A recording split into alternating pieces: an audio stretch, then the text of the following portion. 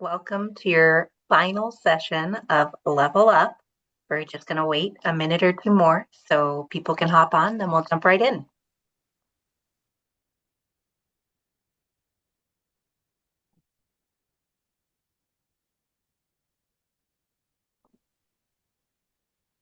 All righty. Well, thank you all for spending some time with us today. As I mentioned, this is our last session, but we're going to make it a really fun one and a really celebratory one. So I'm excited to turn this over to the Institute for Sustainable Philanthropy team. Um, so for today, if you don't mind, just go ahead and put your first name, last name in the Zoom so we know who's attending today. And let's go ahead and get started. Amazing. Thank you very much, Jordan. Like before, the webinar will be recorded and it is recorded in April 2026 and there will be changes in the future. So just making sure that you check back for any updates on any technical details that will be changing with time. For any technical questions, you can email support@Colorado Gives. For any updates on research and findings, you can connect with us from the Institute for Sustainable Philanthropy.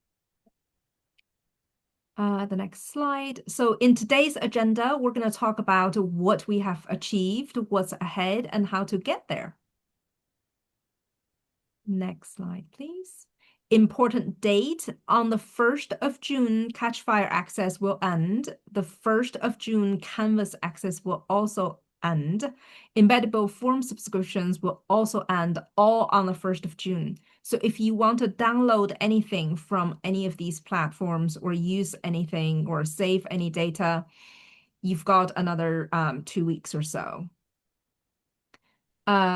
Existing embeddable donation forms will continue to work, but you will not be able to create new forms. So to continue your form subscription, Jordan will share with you later on in the presentation the steps you need to take, but it's really simple to just go to navigation to settings and plan management on your organization page. But let's hear from Becky. The reminder is that you can go back to Canvas with this link, download all your recordings, but absolutely, Becky, want to remind you all the beautiful time that we shared together and wish you the best of luck moving forward into 2026. Over to you, Becky. Feels like a TV show. Back at you, Jen. Anyways, I wanted to say good morning, and I'm not going to cry today, although today's been such an emotional day filled with goodbyes and hellos. So I just wanted to say a couple things, and I'll be quick. This has been an incredible year, don't you all think? It was lots of work, but you did it, and here you are. And I cannot believe it's been one whole year. So, congratulations to everyone who is here today, and then anybody who watches the playback. Congratulations to all of you. And I'm so grateful I got to travel with you this year. And I'm especially grateful for Jordan and Colorado Gives because without you, we all wouldn't have been together on this journey, sharing philanthropic psychology and love and teaching and learning from each other. So it seems like a really good moment to share some gratitude. Just where we are. Let's make it Gratitude Wednesday. So in the chat, I see that you're already in there. I need your help sharing some gratitude. So grab your keyboard, open the chat, and let's give some of our best thanks to Jordan and the Colorado Gives Foundation for giving us this opportunity. And then while you're at it, if you have a favorite moment, you can certainly share that with us too. I'm going to start. Jordan, I think way over here in Ohio, this is an incredible thing that Colorado Gives does. I've never seen anything like it to bring everybody together in the state, all different topics, ideas, and nonprofits. You've shared the gift of love and connection through writing, and I have loved every single minute of this journey. So thank you to you, Jordan, and Colorado Gives. And my favorite part of all this, I'm so grateful to have learned and shared with everyone. And I'm so ready to stand with so many of these nonprofits and fight injustice and all the different things that you do, museums and nature and fishing. And it's so incredible. So I'm ready to stand shoulder to shoulder with all of you. Sign me up. Definitely in. And my favorite moment was when I talked for 20 minutes the first time and you told me I only had five. So sorry about that, but not sorry because it was one of my favorite moments with all of you. And I'm so grateful. I really don't want to say goodbye. It's the hardest thing, right? We've been together, we've learned together. Look at 22 new comments in the chat. Thank you all. And it's really, I don't want to ugly cry today. So why say goodbye? You all know I love to chat. Jen, Kate, everybody at the Institute knows I love to chat with you. So I'm going to give you three things to think about as we part ways today, but not say goodbye. First, I agree with Jen. Get into Canvas and go get all the course materials, download whatever you can, PDF it, screenshot, whatever you can do, take that with you. I did that 6 years ago, and I'm 100% still going back to that content and looking at it and carrying it with me. It's valuable. It's so valuable. Make sure you save my email address. I have sent you a ton of emails. That way you can email me whenever you have a question, you want to chat, get together. I'm all for it. I will talk Phil Psych and copywriting all day. And then lastly, go on LinkedIn. I know y'all are there, and find the Institute of Sustainable Philanthropy on LinkedIn and definitely follow us, because guess what? They let me chat there too. And the rest of us are chatting, and we can all talk about the amazing things we've learned and things that we continue to learn. Like I said to Jen the other day, 6 years later, and I am still learning how to teach, do, and live in this beautiful way of communicating with our donors. So, 1, 2, 3, that's all you need to do. Gather your information, save my email address, and definitely find us on LinkedIn. And with that, I yield the floor over to the team. Thank you so much for such a rewarding year. I've loved every minute. Thank you. Thank you, Becky. We love you too. Absolutely love you, loving having you here. Thank you. Yeah, I just want to echo that. So grateful to Jordan and the Colorado Gives team. It's been incredible. Yeah, I've also never seen anything like it. This kind of support for the community is absolutely incredible, and just giving everyone the opportunity and then seeing how engaged everyone is. It's just been really amazing. Also here to answer any questions, you can use the QR, find me on LinkedIn, or just search my name. Thankfully, not a ton of Charlie Jarrett's out there, but yeah, it's been really amazing. And just a few reminders of the few things that I've gotten to do with you, and seeing all the amazing things that have come from that. It's been really great. I hope people have been checking out or printed out that checklist and put it next to your computer, so everyone has that. I really love printing out checklists. It's really helpful. Okay, I think looking back for what we have achieved. The first thing we have achieved is you all completed 9 sessions, 1 transformed digital fundraising practice. I hope you all feel that way. In the next 2 slides, you can trace exactly what journey that you have taken from last June, July, August, all the way to your 4 weeks long copywriting class. That class can take you through for the next few years. So don't applying things just because we stopped learning together. And then you came through February, March, April, and now May, where you reflected, looked at your result, celebrated. But today, we want to reflect on why you have leveled up. And specifically, Charlie is going to talk about what in the past that you have learned that will never change, and what you have learned that will change. What disruptions or transformations you need to look out for, and most importantly, how you can put a budget around it so that your actions can become a lot more strategic as the years come.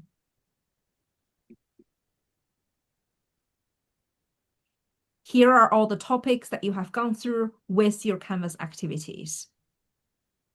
Next slide, Charlie.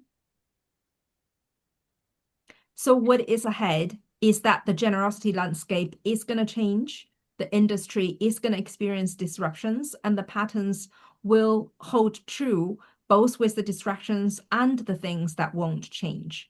So what your digital maturity will give you is that reflective space and that strategic vision of how you can strategize in the face of the changing and the unchanging, and also to put a budget around it. After you, Charlie. Thanks, Jen. Yeah, so obviously we're looking to grow year after year and come back for Colorado Gives every year and looking at it growing as a whole and individually as organizations. So today we're going to look at, sadly, it takes money to make money. So looking at that long-term investment into your digital, reviewing what that looks like throughout the industry, making a case for growth within your organization. What are you ready for? How much are you ready to grow? And quick wins and long-term goals. So what are those disruptions? We're going to hope for the best and prepare for the worst always. Looking at future-proofing your organization as much as possible and that resiliency that we need to look at every year. And what do we know will work today? It's the copywriting that's definitely always going to hold you through. Connecting with people and storytelling is always the best way. And looking forward by looking back. So a lot of things are coming back around within nonprofit, which is great. To look forward, we have to look back. So in terms of technology, in terms of psychology of donors. Now, a lot of people are thinking, and this is really going around as a generosity crisis, but really looking into it, we want to take that down. And what does that mean? The donor landscape is contracting. Total donors are down 4.5%. That's from 2024, but that is continuing to decline.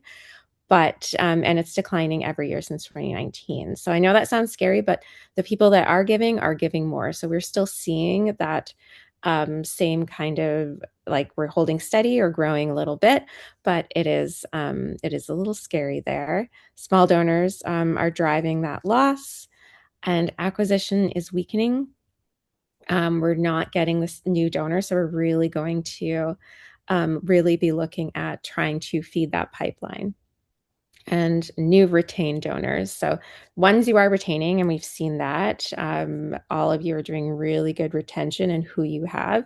It's feeding that pipeline.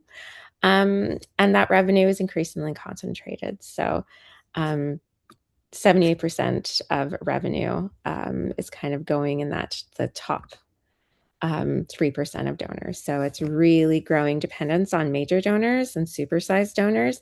And that is something that is so risky, and that always having diversified revenue streams is super important. So, of course, Shoni wishes she could be here today, but if people were truly less generous, every single charity would be struggling equally, and they are definitely not. Some organizations are growing their donor bases significantly while others lose ground. That gap is not about economy or donor apathy, it is about engagement. So we really need to focus on everything that you've learned, because absolutely you can still grow. And that looks at that take money to make money. So we want to look at what your peers are spending, the ones that are growing that base and growing and diversifying their funding. And, going through such a big part of Colorado Gives Day is getting those individual donors and engaging people. So if you're looking at your annual online revenue, we looked at some smaller numbers to make sure that it's hitting where your numbers are at. So looking at the sector average ad budget for your year, so making the case of what you should be spending. So a lot, like if you're looking at the lower end of the budget, if you can get a budget of just $500 a month, that's really going to make all the difference in the growth of your organization and trying to get away from that declining donor share that we're all seeing. And these are sector averages, not targets, but to keep up with the Joneses, as they say. Small organizations are investing far less in some areas, but that's where we're seeing decline. So do what you can, and you can make that up where you can. And looking at this kind of stuff, we'll kind of gloss over because it's a bit like a lot to take in, but really looking at your ROAS, so your return on ad spend. So you can really look at this and know, okay, that if I get that $500, here's where I can expect it to grow to. So each of those little pieces, you can look at that and see that. I don't know if everyone has gotten their Google Ad grant. It's something to start the process now. Can be really, really helpful because it's $10,000 a month free on, and that does take some learnings, but there's tons of great YouTube videos out there. But yeah, here's where you can make a case and see where the money is going to come in. So you can see an average ROI, or return on investment, and hopefully, and it's not going to be this good right away, or it might be better. It's going to take some refinement usually.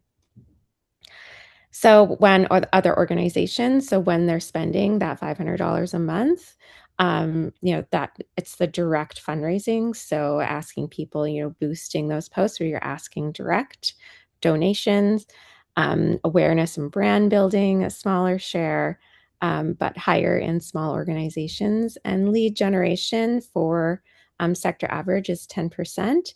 But those larger organizations, the ones that are growing, are spending a higher amount, getting that top of funnel where you're getting the names, you're getting those emails that you can own and target those.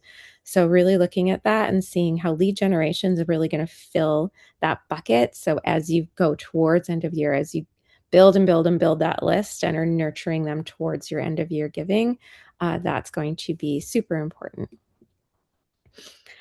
So if you don't do anything, you're not going to get anything. There's a slow decline in list strength. So if you can take these little percentages of your operating budget, these are going to be where you can expect your trajectory to go. So all of these little pieces, 5% of operating budget seems really, really high, but that's where the sector is spending for high benchmark performance. And I know that seems like a lot. And that does take some, if you look at, you can go into annual reports of organizations you can see growing, and you'll see that they do disclose this.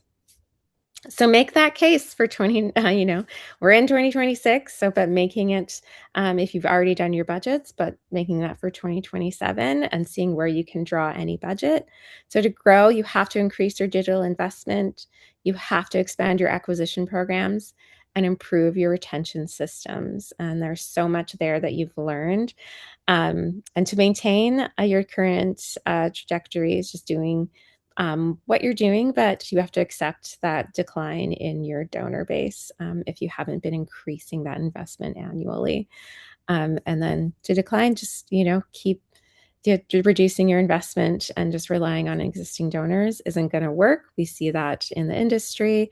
Of course, those major donors, but that kind of scary lack in diversity of your donor base. So, of course, what happens without infrastructure? You're going to keep crumbling. So, paid social drives your highest volume of new donors. It has the lowest immediate return. Like we said, we want to build that. We're looking forward to that big end of year giving. So, even if you don't see a return right away, know that those people are going to come back. A big part of them are going to donate to you. From sector-wide analysis, organizations that invest in acquisition consistently outperform those that rely on retention. From Shoney's funnel, growth requires feeding top of funnel, always, continuously. I like to think every other month having what can I do this month to acquire new people? What are those little things that we've talked about, many different ones, and making sure you go back and look at those. Okay, so digital maturity and stages. So this goes right back to the very beginning when we did those surveys. And this is kind of where you can look at what you want to be and who you want to be going forward and looking to grow that base. So you can be in your stage 1, you're reactive. Your stage 2 is intentional, so regular sends, more consistency. Stage 3 is invested in that multi-channel activity, really looking bigger. So supplementing all the things that you do in digital in various different ways with a few offline, making those phone calls, making sure you're connecting with donors. And then integrated, just fully all of the channels working together. And then stage 5 is really investing in optimization. Really want to be embedded in that long-term strategy. But anywhere you are here, it's really great you have a place to go, right? Maybe we've been really reactive this year, but now looking at more intentional, everything that you've learned is going to give you at least to stage 2 and hopefully looking into stages ahead. So where are you? Are we in those early stages? Probably, and that's okay. You're looking at a higher cost per acquisition. So looking at those numbers, don't be afraid that you're not hitting those targets right away. That lower immediate return, but you know growing your email lists are going to give you that eventual return. People love to give. Colorado Gives Day gives such a huge motivation for people. Giving Tuesday leading into that. And of course, that tax receipt deadline. And of course, as you optimize, you're going to see that lower acquisition cost over time and a higher lifetime value. That's something you can definitely look at and be measuring every year. Okay, so industry, what are our disruptions? What is changing? Of course, AI-driven search and content discovery, where people are looking for you. And everyone's using AI search now because in Google it does the AI summary. So you can't even really rely so much on all of where you're showing up in Google. It's going to be an integrated approach on where you're showing up and how you're showing up.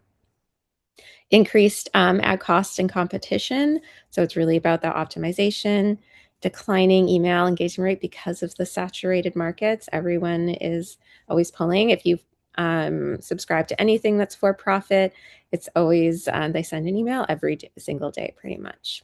Misinformation and trust erosion is a really big deal across industries, including nonprofit. There's huge trust erosion there. So it's really about building your reputation. And of course, channel fragmentation. So we're not like coordinating all of our channels here. And this creates harder to reach donors, a greater need for that authenticity using your voice. There's something called brand elasticity that we've maybe talked about a little bit. So making sure in a channel and having that kind of radical candor that donors are going to expect more and more. They want to know through and through. You can't just use your basic PR lines these days. And it can be a little higher cost to acquire that attention, right? Treating any kind of press contacts, like major donors is really going to be a super cost-effective strategy for you. So before we had the SEO and keywords, and maybe this wasn't something you really had to, there we go. We are changing. Now SEO is more about trust and structure and authority. So how you're building out your site and like the exact pieces. AI really loves listicles. It's just something that they really, really love. So if you're looking at any kind of new content, making listicles, right back to the BuzzFeed days for they're really into that. Social media was about posting, but now social media is about interaction and signals that you're on top of things. Website was a destination. A website is now a data source for AI systems. Web people are going to websites less and less. That's a trend that will continue. So we really need to make sure it's a really structured well for getting information, kind of pushing people towards there more than before. And media was optional. Now media is now a validation layer. It gives you authority. So it's really, really essential. It's about executing the fundamentals so well that both humans and machines trust you. So all of this means AI will not write. So looking at AI fundraising and really, really looking into all of your everything you've learned. It's really important that you use AI. You can use AIs for ideas, but don't go down to it being like, okay, write this email, write this social media post without really looking into it and applying everything you've learned. It's great for reporting, meeting notes, board updates, all those things. Automate kind of the overhead, keep your voice and keep that authenticity. Platform dependence, there's a real disruption there. There was actually crazy change just in the last 2 days about aggregate people that are just like sharing. So if you're going over and you're just sharing other content, now you're being completely punished and you're not going to make the algorithm. You have to create completely new content. There's tons of social media accounts, I'm sure, that kind of repost stuff. Those are completely going away now. They're not going to push them in the algorithm whatsoever. So making sure you own your own email list is really, really critical to keep that audience for yourself. That platform dependency, that stuff that you don't own, is really scary. The AI search replacing Google clicks. So we're still getting lots of Google traffic. It's still happening. You're still getting like traffic from Bing and Google. But you really need to prepare yourself and keep that kind of new style going. And that means growing your list now quickly. One-time giving is flat, so we want to make sure we're modeling. We've talked a lot about monthly giving and making sure we're really going through that and pushing in a really gentle, loving way. Apple Mail privacy is inflating open rates, so really making sure you're looking at really all that matters is really like what conversions are coming out of your mail.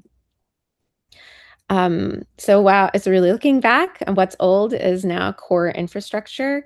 Making sure your charity rankings are up to date, and you're making sure you're looking at Charity Navigator, GuideStar, all your transparency pages. So making sure all of your board reports are really, really prominent on your site and really, really clear. Media mentions are really critical. Looking for press coverage, get those expert quotes. You have tons of talent within your organization. So making sure you're looking at local news, and of course we can make national news. Isn't that great? Looking at SEO fundamentals, there's lots of great YouTube videos you can watch about that. Just clear pages, but it's mostly just making sure anyone can look at a page and understand it. You want to make sure that there's a clear case for support everywhere on your website. We've talked about that case for support. And just consistent messaging, getting everything out, repeated, clear articulation, and your mission and your impact. What has always worked: being credible, being findable, being clear, being responsive, being consistent. So looking at that practical checklist, ensure your charity profiles are good to go, actively pursue those media, audit your website for clarity and structure, have your partners look at different pages and be, does this make total sense to you? Because if it doesn't, they're really great. I know my husband gets voluntold to do a lot of things to make sure that I'm speaking in clarity, because we get so stuck in jargon. Maintain consistent language and treat every piece of content as something that could be interpreted, by AI. And that means, and people also consume at about a grade 7 to 9 language or like wording. So making sure everything is really clear. So things we can't know, we can't control the algorithm changes. We can't control economic fluctuations, media cost volatility, external crises, but we can control our investment levels. We can look at that. We can have that data tracking and quality. So just looking at, okay, where are trends year over year? You can control most of your donor experience, making sure that you're really connecting, and that relationship depth. What will always hold true in technology: friction reduction. So making sure you have those embedded donation forms and people don't have to click to another page. That one small thing will increase conversion. Personalization increases relevance. So making sure you're speaking to people in the way that that really speaks to them. The way they're coming to you is what will always speak to them. And data improves decision making. So really just looking, okay, how many donors or how many people came in this time last year? What did we spend? That simple thing, looking at that each month. What did we do just this month compared to last month? What were our goals? And of course, will always hold true. Identity drives behavior, connection drives retention, autonomy increases willingness to give, and competence reinforces continued engagement. So always looking at those core pieces, knowing that they'll hold true. So the 4 pillars of future-proofing your organization. Diversified acquisition. So we know that avoiding over reliance on any single channel. You want to make sure you're balancing your paid organic. And if one channel drops, it can hit your revenue fast. So anything could happen. What strong donor relationships, creating that meaningful acknowledgement, not forgetting to do those touch points. Growth comes from engagement, not just acquisition. You need both. Owning your audience and your data, growing your email and potentially your SMS list. That is a growing area and something you can own, just phone numbers, being able to call people in general. Of course, that can be hard to scale, which is why more and more organizations are looking at various pieces like that. So, of course, email is basic, and then just kind of looking at tracking your donor sources and engagement closely. Continuous testing and learning is going to always help you. Small gains compound into major gains. So looking, okay, we're gaining 10% more donors each year, and that can be incredible.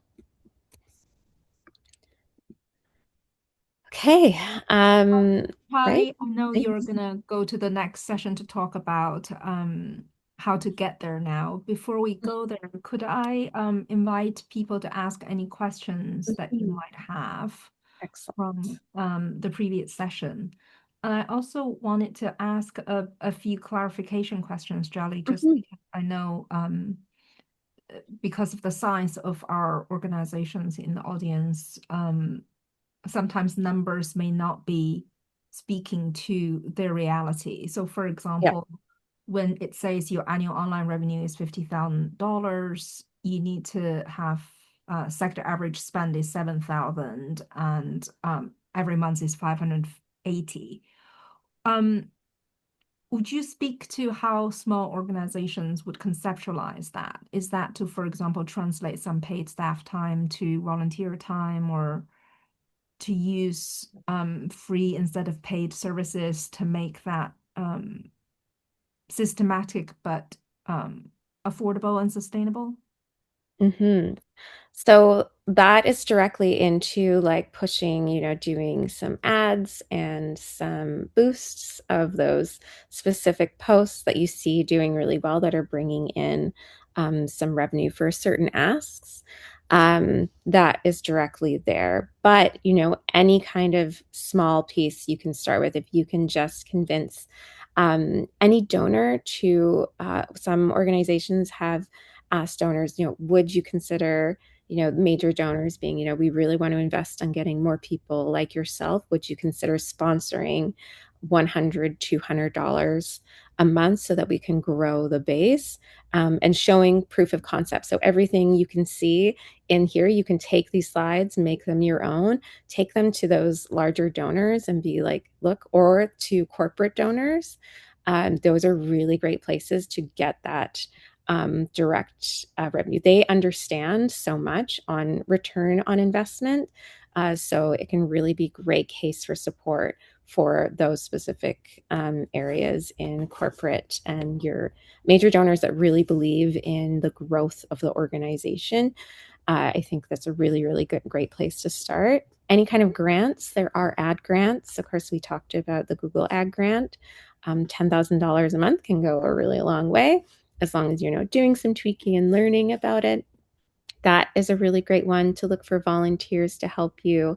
That's, the your subscription that Colorado Gives has done for Catch a Fire. I think that's right.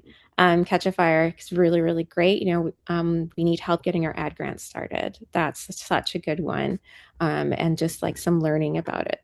Really, really good one. Lots of people will know how to get that going. Just setting up any accounts, or getting, if we were going to spend $100 a month on advertising, where is the best place to start and get some guidance there? Really good place to go. Any kind of volunteering, obviously, for social media is going to be really, really helpful. But of course, making sure you have really strong guidelines on what kind of responses and kind of what you do want to get out there. All of those people should maybe get putting together one deck of everything that you've learned after you pull everything here, putting together kind of an onboarding piece will be really, really helpful there for the voice that you really want to capture for everyone. So looking at that, I think, does that kind of help a little bit, Jen? Yeah, absolutely. And then Emily also asked, doesn't Google Ad Grants require you to spend a certain amount to access it? So not you don't have to spend money. You have to use the grant. So when you won't get to keep the grant. So you activate the grant and then you have to be at least using a certain portion of it. So usually that means so all the stuff that seemed really obvious, like you wouldn't have to spend money to get it, but just using just your website as part of that grant. So all that traffic that you would usually get organically kind of comes through the grant, and that just means that you're getting those clicks. So you don't have to spend actual money. You need to spend part like the grant.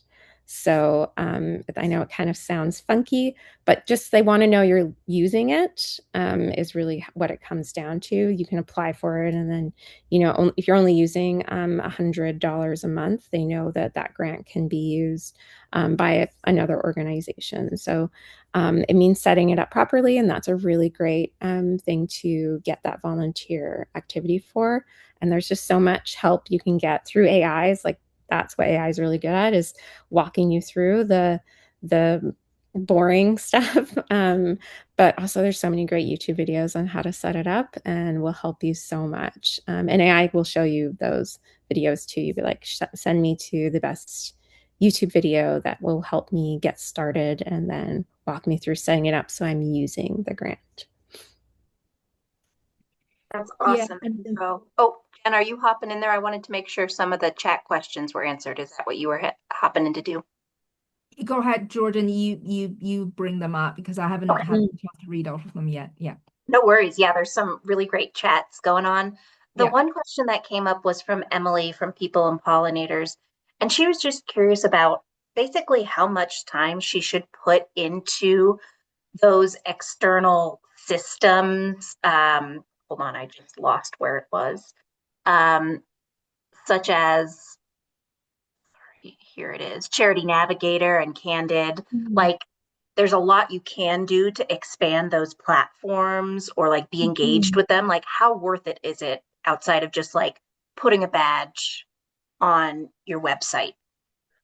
It even, just double checking, like a lot of it is automated. They're scraping your website for this information.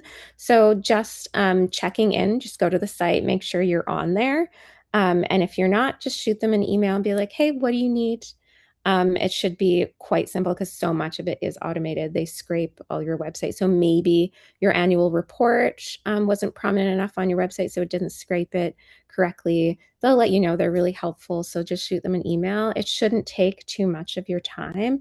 If you're finding you're spending, more than a couple of days on it, and within, I think a whole year, it shouldn't be more than that. It really is, a lot of it is automated, but it is important to just check up and make sure that everything is up to date, and they'll help you get through to that, so you can send in your annual report, or making sure it's on your site, and that will help you know that your annual report is prominent enough.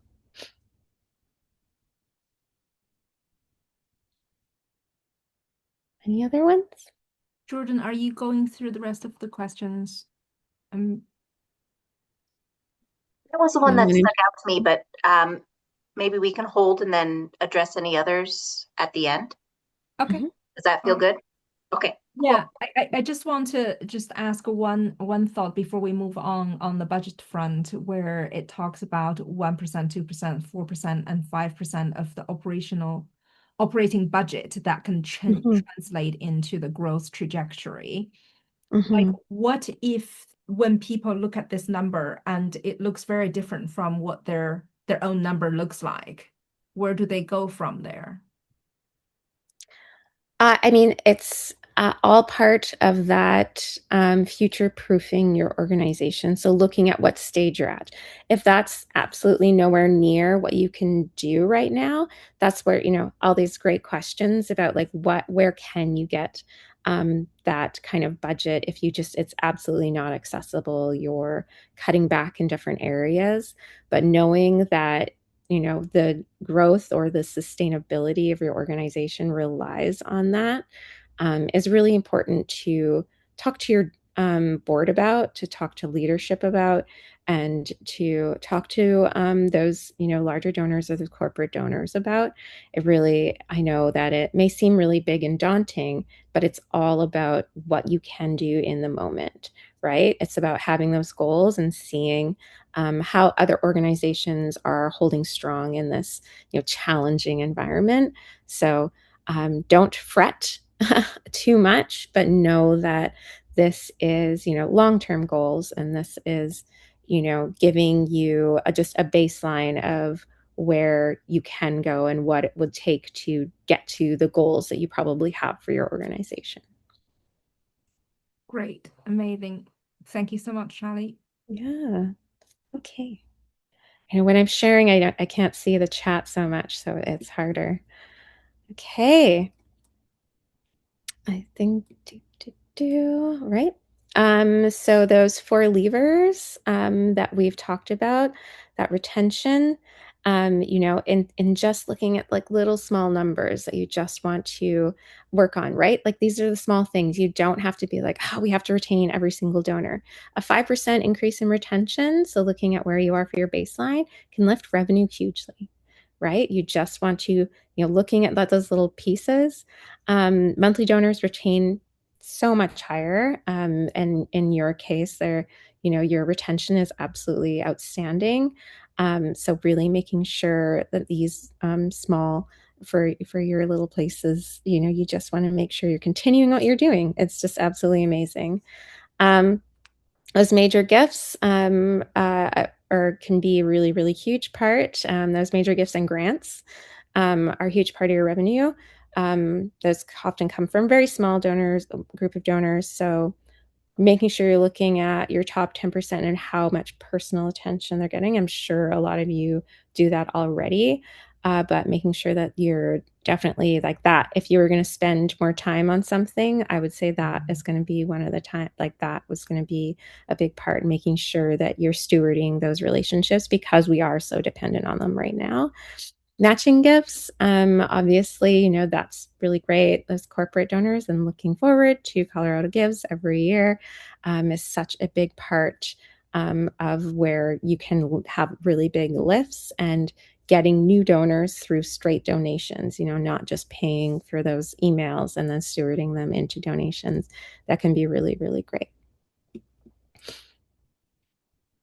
So here too, I've made a spreadsheet. It can be a little crazy, but it's really, really clear on what to do. I think I took a screenshot of it.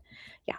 So here's a link. So when you get these slides, that this is a kind of total kind of KPIs. So I know it looks daunting to be, okay, well, how are we really measuring year over year? How are we going to put that together? I've made a full spreadsheet so that you can just input all the numbers you do know, like how much did I spend, all the stuff that you have to report on anyways. So this spreadsheet will give you a full look at what you're doing. So I know that can be really challenging just to put it all in one place.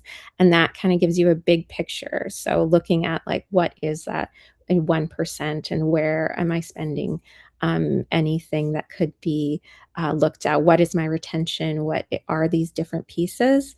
This is just a really great tool. I hope that is helpful to getting those basic KPIs that are really, really going to help. So it's made to just make a copy. So go and make a copy of your own, and then you can put it into Excel and kind of get going on that to get a full picture of what your all the things that we've talked about that seem, oh, when am I going to go measure that? This is a great place. Spend a few hours on this, and that will give you a baseline and looking at, okay, where can we change and improve a little bit here and there.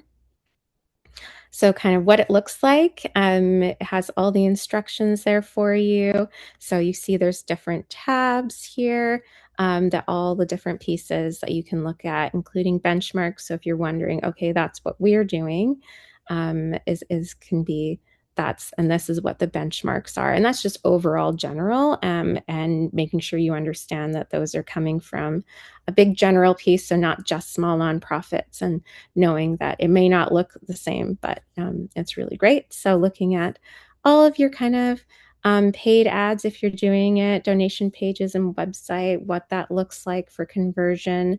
Of course, this is also, if you don't have these numbers, that's really great to know too. That's a goal you can have to be like, okay, I do need to know my conversion on my website. How can I do that? Give a little Google, give a little AI, and they'll help you all sorts of things that can really help you there. So all those different tabs, so data entry, email performance, these are going to give you, this is really what it's going to help you with. Kind of with your budget calculator, work backwards from your revenue targets to a rational ad spend, is a really great way to look at, okay, what does that actually mean? The donor value and LTV, lifetime value, that is really great. So if you know getting one new donor will give you, on an average, we're looking at one new donor is about an average of $10 in a year, or not one new donor, sorry, one new email address. And that's kind of sector wide. I'm doing some benchmarking as well. So knowing, okay, if I spend $2, I'm going to get, that $8 by the end of the year. That's really great. And of course, bigger from your monthly donors. So looking at these little pieces is really going to help you kind of get your basic, where are you at in your digital performance. And then pick one metric in your workbook that is below benchmark, and make that your focus for the next 6 months. Just looking at one thing at a time. Those really, you can make one small change and it can make all the difference. So filling out that entry tab. After every campaign, update your email performance. So maybe every couple of months you can do that, or if you have a big campaign, that's a really great time to do it. And use that budget calculator tab for any budget conversation. So looking at that next time, you're looking at the bigger conversation and where your benchmarks are. If you're excelling in one area, lean all the way in potentially, and then looking at another metric that isn't quite there and looking at how you can improve that one other one. Before spending anything on ads, use that donor value tab, because that's how you know what kind of return you're going to get. Any small paid social tests leading to and around Colorado Gives Day teaches you something really real. So learning, taking that really small, $50 even, and learning that, because you do want it, that Colorado Gives Day being one of your huge, huge days of the year. So looking at that. We talked about Google Ad Grants already, and that's a link right to there. So it's just .com/grants. And do use YouTube or Catch a Fire, before it expires, trying to get a volunteer to just set it up and help you, if they can help you continue to run it. Amazing. Is something you should check in on at least once a month, because you have to make sure you're using that spend to keep the grant. In your email, if you can, this is all if you can. This is all if you can, right? This is a channel you own and control. Everything here is going to help you lead up to everything that you're going to, get in that end of year. So just kind of make sure you're at least one non-ask email per month, making sure you're doing that stewardship. Look at who is not clicking. That segment needs something different and probably more volume. So the people that aren't, I know it seems totally counterintuitive, but the people that are not engaging usually need more volume, not less. So if you're not getting at least one complaint every couple of months, you're not sending enough email. That's really, really standard. And that's what you should really kind of have a goal for. Unless that complaint is coming from a really significant donor, that means you're not segmenting correctly, or it means that you should maybe relook at that. It's really, if people are unsubscribing and they've, been with you, 6 months, 8 months, and they've never donated, is that really a big deal? If they're sorting themselves out, they were probably never going to donate, right? So don't be too scared about those unsubscribes. Don't panic about unsubscribe unless you know who is unsubscribing. And of course, up to you, Jordan. Yeah, of course. And that was a good point. Could you go back one slide? Mhm. I had a question for you. Mhm. Um, so for the look who's not clicking, so they need more content, just not probably the content you're currently giving them, right? Exactly. Okay, great. Exactly. I was just trying to understand that. Awesome. Well, Mhm. let's talk a little bit here. Let me put myself back on camera. Um, if you could go to the next slide, I wanted to make sure that everybody felt comfortable with, of course, the end of the program, but also your next steps, so you can continue on your growth with the embeddable form. So if you want to renew your embeddable form, the subscription will end June 1st. But you don't have to panic. Nothing's going to change on your websites or wherever you're using your forms. It's going to continue on. The change will be when the subscription ends, you won't be able to change or customize anything until you resubscribe. And so it's super easy to do. You're, of course, logging in, you're going to your organization page. Um, Down in the settings navigation, so at the bottom of your navigation, there's an area called plan management. And once your subscription ends, you'll have the opportunity to just click resubscribe. And just a reminder here, this is not obligatory. You do not need to renew this embeddable form subscription. Of course, we definitely suggest it because for many of you, it's been increasing your overall amount raised significantly. It is $19 a month. And if you ever did want to stop your subscription, you can stop it at any time. There's no contracts or anything like that. So if you have more questions about that, you can email me or you can email our support team, and we're happy to help and help you to resubscribe as well. Thanks. And I second that with Jordan. The having the ability to edit the forms so that if you're doing a campaign and you have that content that you can update on the form, that's going to increase your conversion. We know that because it creates consistency and trust. So it does really help to be able to have that really specific ability. Absolutely. And regardless of the type of organizations, the really advanced ones that I'm seeing as far as digital fundraising, they're having the large donors land on a specific landing page with a form. They're having the monthly donors land on a landing page with a form. And that, as we all have learned through this great course, is going to convert people at a higher rate. So thank you. I did want to also mention that um, there is been a huge increase in IRA, donor advised fund, and wire gifts. And Charlie's like, yep. We on the platform have seen a 51% increase in 2025 alone. That's like not a real fundraising number, right? That's not a statistic that we typically see in growth. And so there is a huge amount of assets that are being moved over the next 10 to 15 years. And much of that is going to come through donor advised funds and IRAs, and younger people want to give online. And so giving people the opportunity, I should say younger generations, but giving people the opportunity to give through coloradogives.org from your different campaigns in these different ways, all you have to do is ask.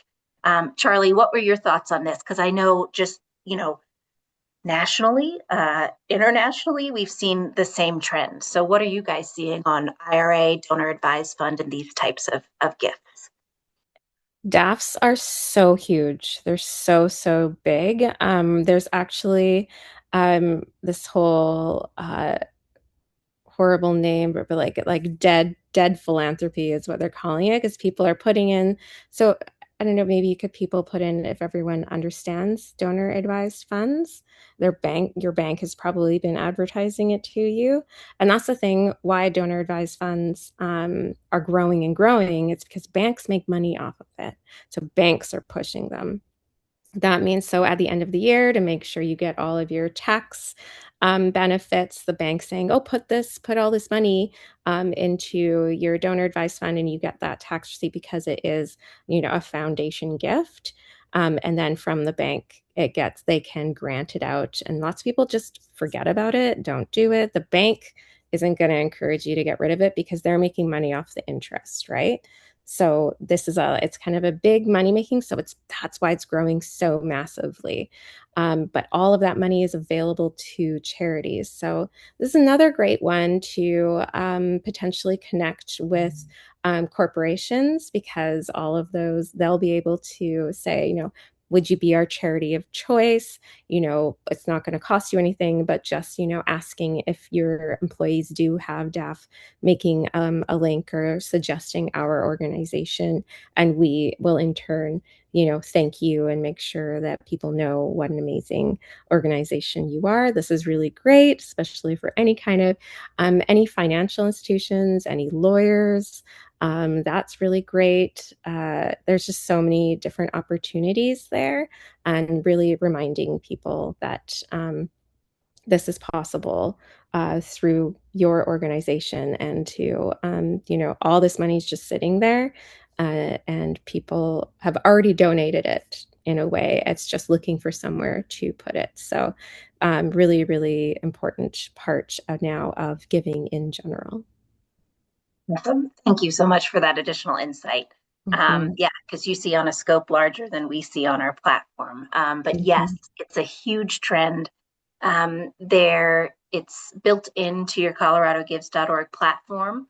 And this slide just reminds you where you can copy paste that donation link that you're sharing when you're offering people to check out with an IRA or a donor advised fund gift. All right. I think that's it for me. Thank you so much, Charlie, and everybody. I'll let you get back to it. It's so huge. I can't express enough. And it's great, like right in, beginning of the year, people have done that with their bank. So just reminding them, now and throughout the year, that money's just sitting there. So don't forget to, do a specific email about it, sending them over to your Colorado Gives form. Lots of organizations, it's harder to get that DAF form. So it's like really, really incredible that you have the access to that. Okay, so looking at your presentation to secure investment, so you have that great now spreadsheet that's hopefully useful. What percent of your revenue do you currently invest in your digital growth? Maybe that's very, very minimal. I mean, you're investing time right now, which is extraordinary. That's the first step to growth, any kind of growth. What does that mean for your trajectory? So we looked at that. What percentage of investment is achievable for you to secure in your next budget cycle? What can you realistically get into your budget? And what is the most important future proofing action that you will take in 2026? These are something you're taking in 2026 that will be your goal for end of year. So looking at all of these questions are going to be really key for where you're going. And you've leveled up. Yay! You did it. And Jen, do you want to go from here? Oh, thank you very much. Mhm. Not more than just giving thanks, but there are a few questions still on the Oh, chat. great. Yeah. Okay. I can't see the chat when I am presenting. If anyone can share those questions with me. Yes. So, one question, Jordan, is about Catch a Fire access Mm. to see if there's any way to maintain their accounts. Yeah, so definitely reach out to Catch a Fire. I saw another individual chat that they signed up for, what did they call it, a complimentary account. So there are different avenues. Unfortunately, no additional actions can be taken on our end because our partnership is ending. But I will say that they continue to be a wonderful organization, and I know they're proactively looking for other grantors to continue to fund the program in Colorado. So what I would say is definitely reach out to them. It's help@catchafire.org. And they can definitely get you as situated as possible to either take advantage of that free opportunity or be available when they find a new funder. Good question. Great. And then the other question is about the capacity that Colorado Gives platform can handle DAF. It's saying we're getting bombarded with ads and pitches for DAF Oh, Pay or Donor Box or other tools that claim to make the DAF giving easy, but you are saying that Colorado Gives platform already take care of this? that's correct. Yeah. So in early 2024, maybe we were, psychic. No, I'm just kidding. It was predicted that this was going to happen. So we built it into the platform in 2024 that IRAs, donor advised fund, and wire transactions were available. So as someone's checking out, there is a payment method option. And when they drop down, they can select donor advised fund, IRA, wire, and then check out in that method. So yes, it's available on our platform. That's nothing to say bad about other platforms such as DAF Pay. They're also, solid options that other nonprofits are using. The convenience is it's all built in Colorado Gives and all under that same great low fee structure. Good questions. Yeah, and of course, like getting all those, donor box and all those things, those come with additional fees. When here, you can take, I know I'm an evangelist for Colorado Gives, but yeah, having that access for $19 a month and making sure you have that prominent on your form saying, at Yeah, checkout, these are the different ways you can have DAF, making sure that you're communicating that to yeah. your donors for sure. It's a very low cost strategy. All of those bigger, tools are definitely the maintenance costs can be quite. Hidden fees and just set up a lot differently. The one thing I'll clarify is there's no cost for you to run donor advised fund, IRA, or Mhm, wire or stock mhm, through the platform. When you're right, using the embeddable form, if you choose to re-subscribe, that is $19 a month. But mhm, yeah, it's something that you should definitely be considering in your overall plan this year. Good questions. absolutely. Thank you. Any other ones? Yeah. Jordan and Charlie, do you want to have a read of the rest of the comments and see if you want to respond to any of it? I know when I'm sharing, it makes it really challenging to see the comments. I could stop sharing if that works for everybody. Okay. Emily is saying she's had donors be upset that bank account was not a payment option. Um, okay. Yes, bank accounts, the bank account option shows up. Emily's saying it's for anything over $100. It's actually for any donation $50 or more. So any donation under $50, it's not something that, is an option to run through a bank account. Is that help answer? And we can certainly take this offline, Emily, to talk a little bit more. Yeah, totally. So yes, there is a limit for that, but it's $50 before that option shows up. Good question. And that can be for a couple reasons. That can also be because the bank's running it month over month. If it's like a monthly donation and different things, that's not potentially something Colorado Gives can, completely Exactly. Yeah, change. that's out There's of our different, control. Yeah, exactly. So, and that's a great thing to communicate to them, and they can call their banks and say something. yes. Well, and also I want to say, like, these are great questions, and I think a lot more questions are going to trickle in. So I know we've said this already, but I'll say it again. Like, the entire Institute for Sustainable Philanthropy team is here. They're accessible. So please reach out to them. And if there's anything that I can do to reinforce what they're saying or help build anything out on coloradogives.org, just keep us posted, keep us in the mix because we're invested. It's been a whole year together, some 2, for some 3 years of Level Up. So just wanted to say thank you to everybody.